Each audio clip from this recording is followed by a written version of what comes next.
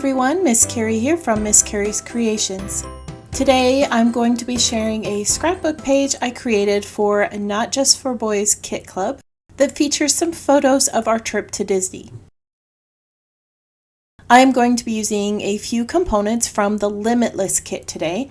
I shared all the lovely items that come in this kit in a recent video. If you missed it, I will add a link above so that you can take a look at what comes in this kit. For this 8.5 by 11 page, I'm going to be recording a memory from our trip.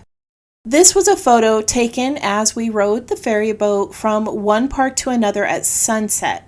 So the pattern paper with the ships and lighthouses is going to be a great one to use. I also have this water wash blue background that I'm going to use on the page because it matches the blue sky in the photo. After making 3 other pages, I still have a few leftover pieces from this kit, and I'll be adding these pattern papers and ephemera pieces to the page.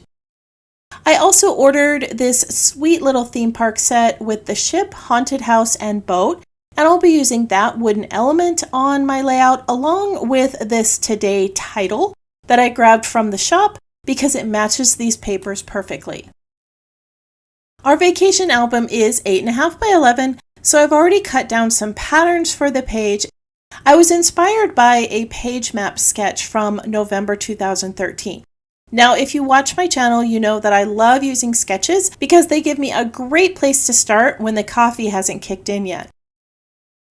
I have cut my circle pieces for the page using some dies, and I'm laying these out on a blue background. If you don't have any circle dies, you could also cut these out on your Cricut. In the sketch, there is only one vertical photo, but I have a horizontal photo and a square photo. I decided to place the horizontal photo in the same position as the vertical photo, and instead of keeping that smaller photo a square, I decided to cut it into a circle shape using some dies. I have the pattern paper with the boats as my largest circle, which is about 3 3/4 inches. And I cut a map logo from the back side of that pattern to make a 2 3/4 inch circle. We were leaving Epcot's World Showcase that day, so this little icon fits that theme. I'm wanting these elements to stand out a little bit more on the page, so I'm going to mark where these are placed, and then I'm going to brush some white onto the background. I'm using an acrylic paint that is safe for memory keeping. I have not prepped my page because I'm going to do more of a dry brush technique. This paper is pretty sturdy, so I'm not worried about it warping, and the small amount of paint I'm using is just going to peek out behind everything and mimic waves crashing alongside a boat. While I finish painting this, I do want to remind you to subscribe to my channel if you're enjoying what you're learning each week. Go ahead and let me know that you're a new subscriber down in the comments because I like to welcome the new subscribers to my channel. After the paint has dried, which didn't take long at all, I backed the paper in a dark blue cardstock to create a frame, and I added some stitching to the circles. To add a little dimension to the page, I'm using foam tape behind the center circle and the circle with the photo. This has been backed in a wood grain paper from the kit to bring in some neutral tones and to make that photo stand out. Along the edges of the blue frame that goes around the photo, I used a sanding block, and then I inked the edges of the white cardstock around the photo. This just brought in a little bit more of that distressed look that you see in the patterned papers.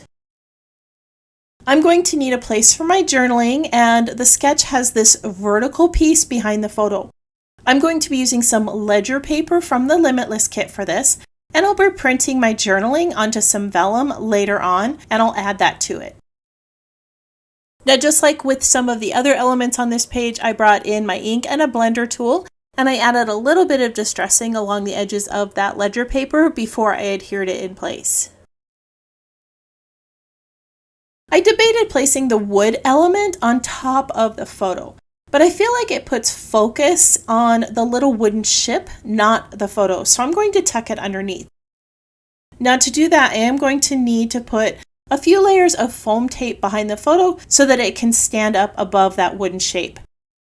I'm going to leave this a plain wood color, but these are designed to be able to add mixed media elements too. So if you are using this little wooden boat, feel free to color it with any of your coloring mediums. This sketch shows some square elements on the page, which I like, and the frames from the ephemera kit are perfect for this. I'm going to distress them with some ink, then I'll layer them onto the circles. I did have to lift up the wooden boat element because I forgot I was going to add the frames and I had already glued the boat in place. I'm just using this little die tool, which is a favorite of mine, and I'm going to pry it up just enough to get the frame underneath. On the frame above the photo, I added some thin tape to the back just to bring a little dimension to that part of the page. I'm going to bring back the sketch and take a look at what else I might want to add to the layout. The title is shown below the photo, but I wanted to use the boat element there, so I'm going to place mine in the upper right corner, and this is going to create a nice visual triangle with the blue frame on the photo and the blue circles. I'm going to bring in a few more embellishments to this page and give it more of a theme park feel. These photos were taken on one of the final days at the park. We had a week-long vacation and we needed a little bit of downtime towards the end of the week. We decided to take a ferry to the next park and we just enjoyed that cool breeze and the beautiful sunset as we traveled that evening. I wanted to give that calming vibe and still have a little bit of a theme park feel to this page, so I'm going to bring in a small amount of red. On the page, I added a ship's wheel that says "Seize the Day," some vellum hearts, and a little sentiment that says "So happy to be here." These are all items I had in my craft collection that match other elements I've added to my vacation album.